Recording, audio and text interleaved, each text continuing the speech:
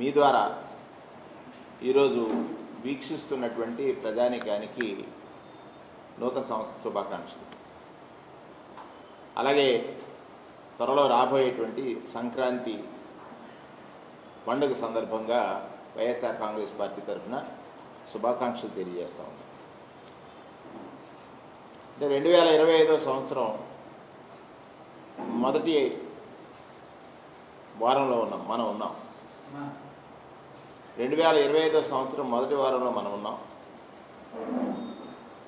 ఈ సంవత్సరంలో ఒక ఆశాజనకమైనటువంటి జీవనం గడపాలనుకున్నటువంటి ప్రజలకి ప్రభుత్వం చేసే సహాయం ద్వారా వారి జీవితాలు నిలదొక్కుకోవాలి అనేటువంటి లక్ష్యం ఉన్నటువంటి వారికి నిరాశ మిగిలింది. ఈ నిన్న జరిగినటువంటి కేబినెట్ సమావేశంలో మంత్రివర్గం తీసుకున్నటువంటి నిర్ణయాల ద్వారా ప్రధానంగా ప్రజాస్వామ్యంలో ప్రజలు పాలకుల పట్ల అచంచల విశ్వాసం కలిగి ఉంటారు. అంటే ఈ దేశానికి స్వాతంత్ర్యం రావడానికి కారణం ఒక రాజకీయ పార్టీ. ఈ దేశంలో పేదరికం నిర్మూలింపబడాలని పలు దఫాలు ప్రయత్నాలు చేసినటువంటి సందర్భాల్లో కూడా రాజకీయ పార్టీలు ఉన్నాయి. అంటే రాజకీయ పార్టీల పట్ల, నాయకుల పట్ల ప్రజలకు ఉన్నటువంటి విశ్వాసం, నాయకుడు ఒక మాట చెప్తే నమ్మి ఓటు వేసినటువంటి ప్రజలు, నాయకుడు ఒక మాట చెప్తే నమ్మి ఓటు వేసినటువంటి ప్రజలు ఓటు వేసిన తర్వాత వారికి నాయకుడు ఇచ్చినటువంటి మాట అమలు చేయలేని సందర్భంలో, వారికి నాయకుడు ఇచ్చినటువంటి మాట అమలు చేయని సందర్భంలో ప్రశ్నించలేనటువంటి అతి విశ్వాసం ఈ కూటమి ప్రభుత్వంలో కనపడతా ఉంది. ఈ కూటమి ప్రభుత్వంలో కనపడతా ఉంది. కారణం ఏమిటంటే నేటి ముఖ్యమంత్రి ఎన్నికల ముందు ఎన్డీఏ కూటమిగా కొన్ని వాగ్దానాలు చేశారు. అందులో భారతీయ జనతా పార్టీ ఉంది, జనసేన పార్టీ ఉంది, తెలుగుదేశం పార్టీ ఉంది. కానీ వారు మేనిఫెస్టో సందర్భంలో ముగ్గురు వేదిక మీద ఉన్న ఇద్దరు మాత్రం, జనసేన నాయకుడు పవన్ కళ్యాణ్ గారు, తెలుగుదేశం పార్టీ నాయకుడు చంద్రబాబు నాయుడు గారు ప్రజలకి కొన్ని వాగ్దానాలు చేశారు. మేము అధికారంలోకి వస్తే సూపర్ 6 అమలు చేస్తామని, మేము అధికారంలోకి వస్తే సూపర్ 6 అమలు చేస్తామని చెప్పారు. 6 మాసాలు అయింది. సూపర్ 6 మాట ఎక్కడా కూడా కానరావడం లేదు. అంటే ఇది మోసం కదా? మీ మాటలు విని ప్రజలు ఓట్లు వేస్తే అధికారం చేపట్టిన మీరు ప్రజల్ని అతి ఘోరంగా మోసగించారంటానికి ఇంతకంటే ఉదాహరణ ఏముంది? అధికారంలో రాకముందు నాకు అనుభవం ఉందన్నారు. మీ అనుభవం ఈ రాష్ట్ర ప్రజలకి ఉపయోగపడుతుందని నమ్మారు ప్రజలు. అధికారంలోకి వచ్చిన తర్వాత అసెంబ్లీ సాక్షిగా భయమేస్తుంది అన్నారు. నాకు అనుభవం ఉందనే మాట నమ్మినటువంటి ప్రజలు భయం అనేటువంటి మాట విన్న తర్వాత విస్తుపోయారు. మీరు ఎన్నికల హామీలు ఇచ్చే సమయంలో ఈ రాష్ట్రంలో ఆదాయం ఎంత, అప్పులు ఎంత మీ అనుభవానికి తెలియలేదా, అందలేదా? ఆ రోజు మీరు చేసిన ప్రచారం ఏమిటి?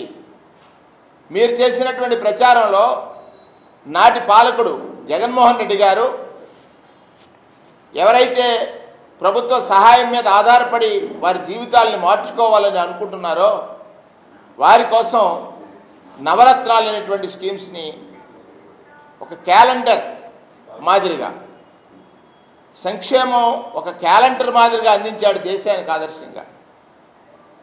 అందులో ఏ వర్గాలు ఏ స్థాయి నుండి వారి జీవితాలు వెలుగులు నిండాలని ప్రయత్నిస్తారో వారికి అందాల్సినటువంటి సహాయం అందించడంలో ఆయన చేసినటువంటి కృషి.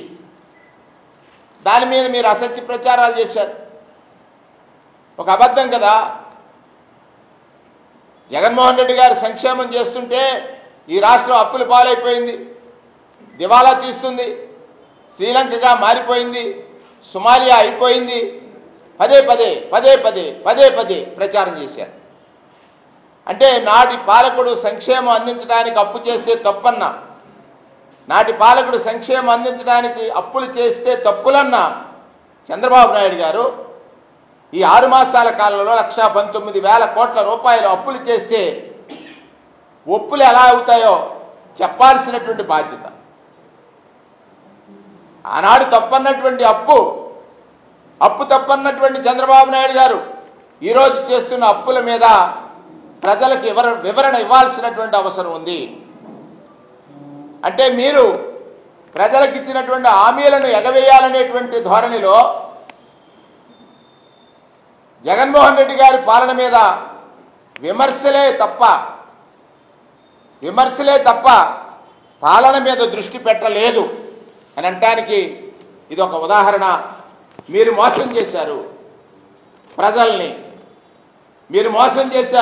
ప్రజల్ని, నా అనుభవంతో సంపదను సృష్టిస్తాను, సంక్షేమం మరింత పెంచుతాను. నాడు జగన్మోహన్ రెడ్డి గారు అమ్మఒడి అనేటువంటి కార్యక్రమాన్ని చేపడితే తల్లికి వందనం అన్నారు. ఎంతమంది బిడ్డలుంటే అంతమందికి నీకు 15 అనేటువంటి ప్రచారాలు చేయించారు. ఈరోజు ఎందుకు గుర్తు రావడం లేదు? విద్యా సంవత్సరం అయిపోతూ ఉంది. వచ్చే విద్యా సంవత్సరంలో అమలు చేయడానికి కేబినెట్లో చర్చ చేయడం అంటే ఇది నిజంగా ప్రజల్ని మోసగించడమే అనేటువంటి విషయాన్ని సందర్భంగా మనవి చేస్తూ ఉన్నాను. మీకు ప్రజలను మోసగించడానికి భయం లేదు, వణుకు లేదు. ఓటు వేసిన తర్వాత ప్రజలు శక్తిహీనులైపోతారని, ప్రజలకు ఏం చెప్పినా దాన్ని అమలు చేయకపోతే అడగలేరని అతి విశ్వాసంతో మీ కళ్ళబొల్లి కబుర్లు, మీ కళ్ళబొల్లి మాటలతోటి ప్రజల్ని మోసగించారు. ఇది మోసపూరితమైనటువంటి పాలన అనేటువంటి విషయాన్ని కూడా మీ ద్వారా ప్రజల్ని అర్థం చేసుకోమని సందర్భంగా మనవి చేస్తూ ఉన్నాను. వారు చెప్పినటువంటి మాటలే కదా, మేము కొత్తగా అడగట్లేదు. మీరు మేనిఫెస్టోలో ఏదైతే పొందుపరిచారో ఆ అంశాలని అధికారం చేపట్టిన మరుక్షణమే అమలు చేస్తామని చెప్పారు. 6 మాసాల పాలన అయింది.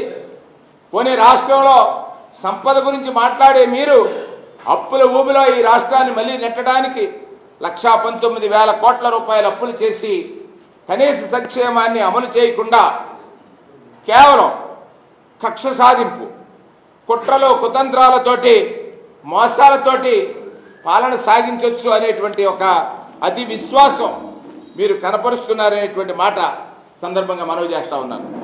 డైవర్షన్ పాలిటిక్స్ అంటే ప్రజల్ని మభ్యపెట్టడానికి మీరు తీసుకున్న పలు నిర్ణయాలు మొదటి నుండి కూడా.